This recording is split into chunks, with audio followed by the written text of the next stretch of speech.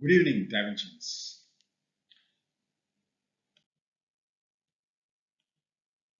A month ago, Malika and I went for a movie. Theatre was Dragon, and we were going there after many, many years. It was like going through old nostalgic memories of the place, and the movie we chose was none other than Oppenheimer. Oppenheimer, directed by Christopher Nolan, who is the best known for his cerebral, often non-linear, bold storytelling and well-acclaimed directorial pursuits. And the movie was advertised and promoted as a real story, not exactly true though. Anyhow, the movie was excellent and worthy to watch, except for some avoidable glitches. But somehow, after coming out of the theater, my mind was full of questions. And I wanted to ask these questions to none other than Christopher Nolan, the super director of the movie. There is a scene in the movie in which Oppenheimer, on the verge of tears, repenting that there was blood on his hands. This was when he was in the Oval Room of the White House with Fred Truman after the dropping of the atomic bombs in Hiroshima and Nagasaki, and after the christening of Oppenheimer as the father of the atomic bomb. Harry Truman responded by saying, "No, it's on my hands." And that was an emotional moment of truth. A question which lingered heavily during the build-up of the first atomic bomb experiment or the Operation Trinity, as shown in the movie, was whether an atomic bomb or an atomic chain reaction will engulf the atmosphere of Earth or not. Actually, the real answer to it was shown by Nolan in the last frame of the movie, and that is an atomic chain reaction happening following a nuclear weapon race between the nations, and the resultant nuclear war would certainly engulf the planet Earth. That was a poignant depiction of the real truth. Having shown that reality, I honestly expected Nolan to have asked a few more questions in the movie, but he didn't. He completely stayed away from it. So today I thought I will talk about the questions I wanted Nolan to ask in the movie, the conveniently forgotten and perhaps unanswered questions. The first and foremost of those, the movie should have voiced the naked truth that despite all the horrendous war atrocities by the Japanese, the atomic bombs dropped on Japanese cities, especially the one that was dropped in Nagasaki, could never be justified. Why, at any point of time, Nolan did not voice that truth, or at least symbolically he mentioned that. The only moment of mentioning of this unpardonable sin was in those few seconds, Oppenheimer with the president true. Following that overwhelming moment came the anticlimax. The president called Oppenheimer a crybaby, and that was made immediately after Oppenheimer left his office. The seriousness of that important moment thus got immediately drowned by that crybaby adjective. There still remains many more questions he forgot to ask. The laboratory where the atomic bombs were made was in the Los Alamos, where the lab was built, which was a remote place with hardly any people living. And this is at least how it was projected. And this is an absolutely false impression. People were living there continuously from the year 1150 onwards. In the Pajarito Plateau, where Los Alamos lab was built, people were there. When Oppenheimer came there for the first time, yes, the place looked like a deserted place with no people around. But that was only after a massive eviction. And you know, none of those poor people got evicted from there were given any compensation. Was it not an human atrocity by the state? Why Nolan did not ask that question? You know, the Almagadro bombing range was a place of conduct of the actual nuclear bomb, and that was located more than 200 kilometers from Los Alamos. And later this point became famous, maybe infamous, and came to be known as the Trinity Point. It was not a deserted area at all. There were many people living there in that vicinity. And in contrast to what was done in Los Alamos, none of those people were evicted. Well, not even informed. So as to save themselves from an unpredictable nuclear explosion, absolutely no warning of any sort was issued. The reason given was very simple.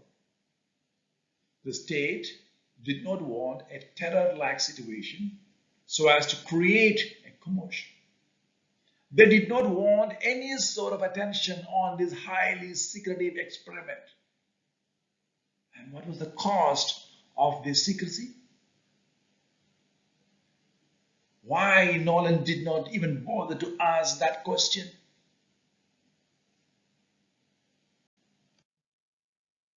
Look at this picture.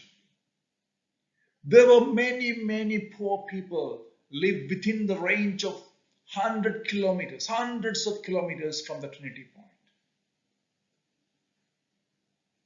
And those people still suffer the tragic effects of that powerful nuclear radiation which spread from the epicenter in New Mexico or the Trinity Point.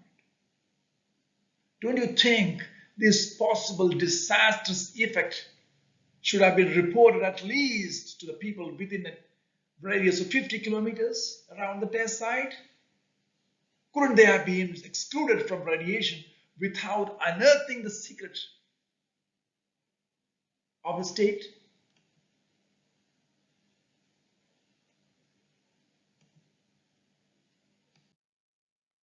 Don't tell me they didn't know. Such a possibility was definitely discussed among the researchers of those times. The state knew it. The people living around the Trinity Point are still fighting for their cause, and the movie ignored them. Why? The Trinity experiment is shown so brilliantly in this movie.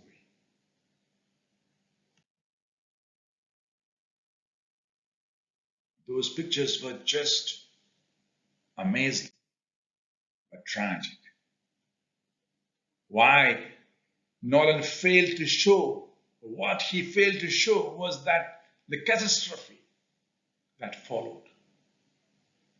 Even today, thousands of people seek compensation for its suffering and go around different offices of the US government.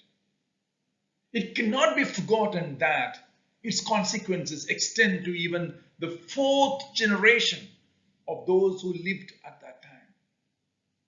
Fourth generation, you know. And on 16th of July 1945, when the night was so windy and rainy, and when darkness and dawn were inseparable. A giant fireball rose into the atmosphere at 5:29 a.m., followed by an equally giant mushroom cloud of smoke. There were thousands who had seen that light, a few of those being as far as 130 miles away, and the poor who had lived in that vicinity for centuries, feeding their cattle, storing rainwater, and building kitchen gardens, did not know that the misery of their future generations was being sown. It was 3 to 5 times more powerful than its creators had anticipated, producing a heat 10,000 times greater than the surface of the sun. The explosion cloud may have reached a height of 70,000 feet. And fallout just 12 hours after the detonation. And it's a comparison with the population then and that peak time of the area. You see the dark areas which had a population of more than 30,000. The lesser dark areas had a population of 20,000. And less than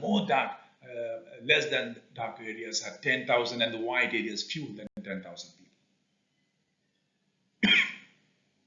Look at that huge area of involvement. Nuclear isotopes scattered all round following the Trinity experiment, and in a way flew many thousands of miles, fell on the roofs of those unknown people, also on the reservoirs, grasslands, and they depended on those for their survival. And you know, it even ended up in the udders of the cows and the milk of DNAs of them were rewritten in no time, and cancers appeared. In fact, a series of cancers. For example, let us take the case of Paul, who lived there. His son, Greg, died of stomach cancer. His mother had bone cancer. One sister had cancer in the brain, and another sister had in thyroid. Within years, there had been more than 100 cancer patients on the outskirts of the nuclear explosion center alone.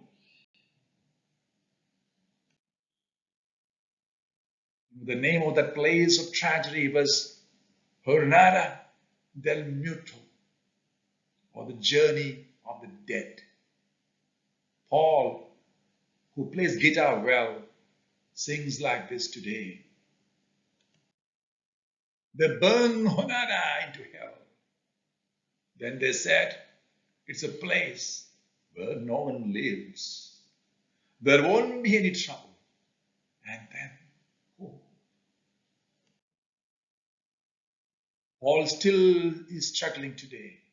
His mother, son, and sisters all were lost forever by Trinity. And there are thousands like Paul wondering what struck them. Let us see Barbara Kent. She was from New Mexico, who had a similar story to tell. She was camping with a dance teacher and 12 friends in Ruidoso on July 16th, not far from Trinity Point. She remembered falling out of the bed after hearing an explosion and also playing with the debris, which kept on falling. She was only 13 years old then. 11 of those 12 friends were also taken by cancer.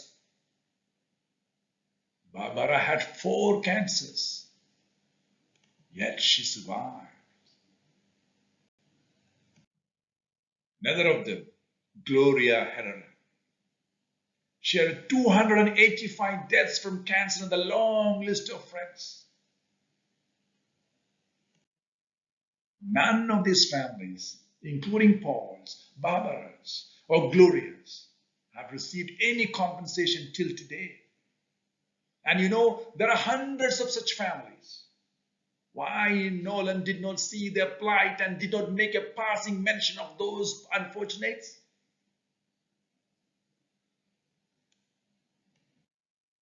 And then there was Hiroshima and Nagasaki. The disasters unparalleled. How many died in those wretched cities? The most credible cluster, around of low of 110,000 and a high of 210,000 mortalities. And you know, almost all of them were innocent civilians. Why Nolan ignored that dark side in this movie of Atom Bomb? Even today, United States of America has not expressed any regret about that massive massacre. Why they talk only about Japanese atrocities and Pearl Harbor, but not about unfathomable destruction they caused? Why Nolan did not even ask a question? Barack Obama was the first US president to visit Hiroshima in 2016. Then everyone had a remote hope of US government officially apologizing to the Japanese civilians for their sufferings. Even after 78 years, it did not happen. Shouldn't Nolan have mentioned that? No, no, none of these questions are going to be answered. I know, because it is just a movie. I know it has its own limitations. And I don't know whether Oppenheimer have ever asked these questions during his life. I don't know. But these are important questions. Needs to be echoed around the world. And this picture was a wonderful opportunity to do that. That is why I just wanted these questions to be asked in this biopic about the father of the nuclear bomb. To me, considering this blockbuster movie of Oppenheimer and its popularity, and now this Oscar winning, that was a missed opportunity. Thank you.